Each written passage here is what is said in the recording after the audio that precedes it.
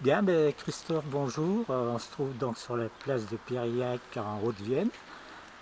Donc, tu vas nous présenter ta magnifique Citroën B15. Oui, bonjour Christian. Oui, je vais te présenter mon Citroën B15. Tout d'abord, le Citroën B15 a été présenté au Salon de Paris en octobre de 1926, en même temps que la B14, que la Citroën B14, la berline. Voilà. La seule différence qu'il peut y avoir, enfin le B15 a été fait sur la base de sa berline et la seule différence qu'il peut y avoir, c'est le châssis qui a été renforcé pour pouvoir avoir une charge utile de 1000 kg. C'est aussi le premier véhicule utilitaire à cabine fermée.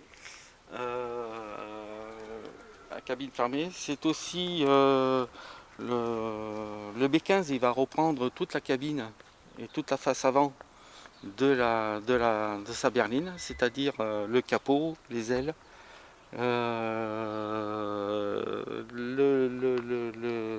la calandre et son radiateur.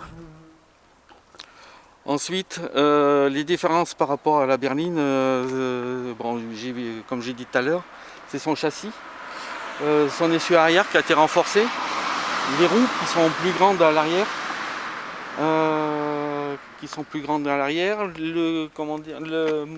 son moteur a été un peu modifié parce qu'il comprend dessus, comme on peut le voir ici, je vais vous le faire voir. Voilà. C'est un petit 4 cylindres de 1539 cm3, 22 chevaux, à 3200 tours minute. Bon, une vitesse max à vide de 80 km/h. La seule particularité qu'il a, c'est qu'il a un régulateur qui est ici, là. Bon, qui n'est pas branché, mais qui est un régulateur destiné à éviter l'emballement dans les descentes, vu son poids. Voilà. Ensuite, qu'est-ce qu'il a d'autre? Il a une boîte de vitesse de trois rapports mais non synchronisés. Ensuite, il a un servo-frein Westinghouse. Voilà. Et sinon, par ça, c'est tout. C'est tout. En général, c'est un utilitaire qui a été livré en châssis nu et qui a été livré chez des carrossiers indépendants pour en faire soit une bétaillère, soit des bus, soit des plateaux comme ici. Voilà.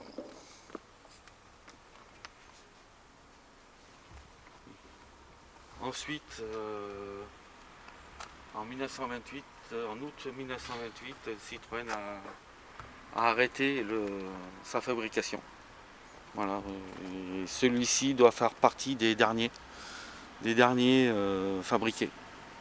Voilà. Sinon, son histoire, lui, il a jamais quitté la Haute-Vienne. Son propriétaire l'a acquis en 1928, en août 1928, et il l'a gardé jusqu'en 1995. Son deuxième propriétaire, lui, il l'a pris en 95, bien sûr, pour le restaurer, et il l'a gardé jusqu'en 2024. Et moi, je viens de l'acquérir en mai 2024 voilà, pour vous en faire profiter. Voilà. Sinon, que dire de plus? Aussi, j'ai fait des recherches avec,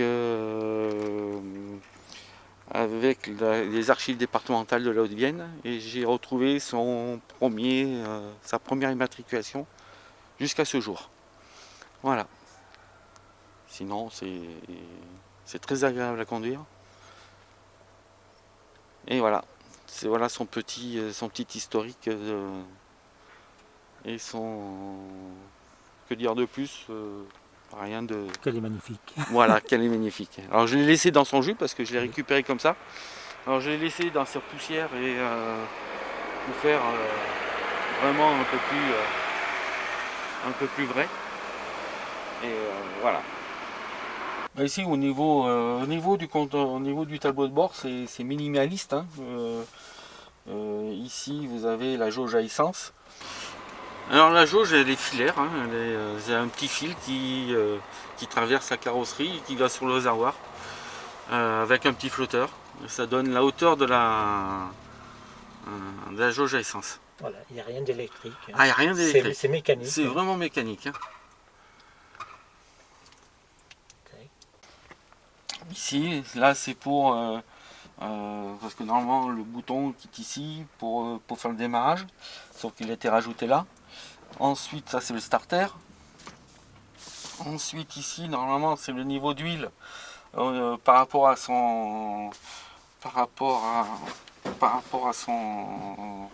sa circulation d'huile. Ensuite vous avez ici l'ampèremètre. Voilà. Là vous avez le démarreur.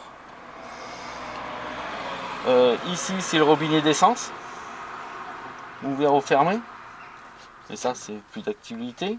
Et là vous avez la pression d'huile parce que vu que celui-là ne fonctionne plus, j'avais rajouté, ça a été rajouté un petit mano d'huile pour voir sa pression. Voilà, ensuite ici vous avez tout ce qui commande des phares et le klaxon qui est dessus. Voilà, sinon c'est vraiment minimaliste en termes de... Il y a l'essentiel. Il y a l'essentiel, oui. L'essentiel. Il n'y a pas de compteur. Voilà, juste le kilométrage. C'est juste le kilométrage, mais sinon il n'y a pas de compteur. Il y en a un qui a été mis ici, mais bon, il fonctionne pas. On ne sait pas trop à combien on roule, mais bon, ça suffit. Alors, par contre, il y a une grille de vitesse un peu particulière. Voilà, tout à fait. Ici, on a c'est vraiment tout à l'inverse des autres voitures en général. Parce dans les autres véhicules, vous avez la première, deuxième, troisième. Sauf que là, c'est complètement à l'inverse. Vous avez une première, la deuxième qui est ici, la troisième. Bon, il faut faire le double pédalage. Voilà, mais sinon, ouais, c'est assez. Il faut s'y faire. Ça change quand on prend une voiture. Quand on prend une voiture automatique. C'est une voiture d'époque. Voilà, c'est vraiment la voiture d'époque. Voilà. Mais qui est plaisante à conduire. Oui, tout à fait, ouais, c'est plaisant à conduire. Faut pas être pressé. Mais sinon, c'est vraiment bien. C'est vraiment. Voilà. Là, c'est. Eh bien, merci Christophe. Ben de rien. Et ta magnifique B15. Donc, eh bien, on va faire un petit tour. Voilà, donc on se trouve donc bien à la ville de Périac, dans le 87. Un petit bled très charmant, avec ses petits commerces.